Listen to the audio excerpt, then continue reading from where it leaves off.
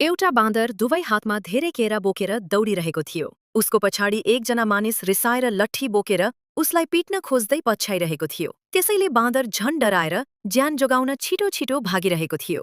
केही बेरपछि त्यो मानिसले बाँदरलाई समात्छ र कुटपिट गर्छ।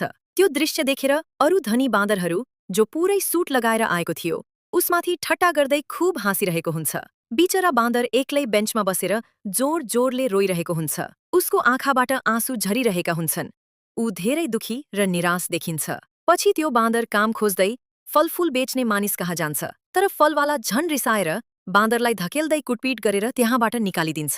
अब बाँदर एक्लै जङ्गलतिर जान्छ र अम्बा टिप्न थाल्छ। केही समयपछि उसले घरमै धेरै अम्बा जम्मा गर्छ। पछि ती सबै अम्बा बजारमा लगेर बेच्न थाल्छ र दुईजना कामदार पनि राख्छ। यसरी धेरै दुःख, अपमान र सङ्घर्षपछि बाँदरले आफ्नै मेहनतबाट राम्रो जीवन बनाउन सफल हुन्छ।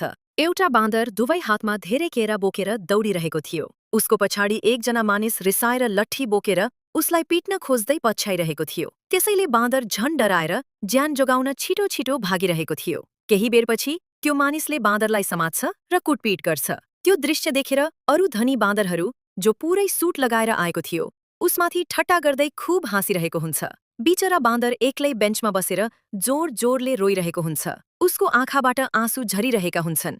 ऊ धेरै दुखी र निराश देखिन्छ। पछि त्यो बाँदर काम खोज्दै फलफूल बेच्ने मानिस कहाँ जान्छ, तर फलवाला झन रिसाएर बाँदरलाई धकेल्दै कुटपिट गरेर त्यहाँबाट निकालिदिन्छ।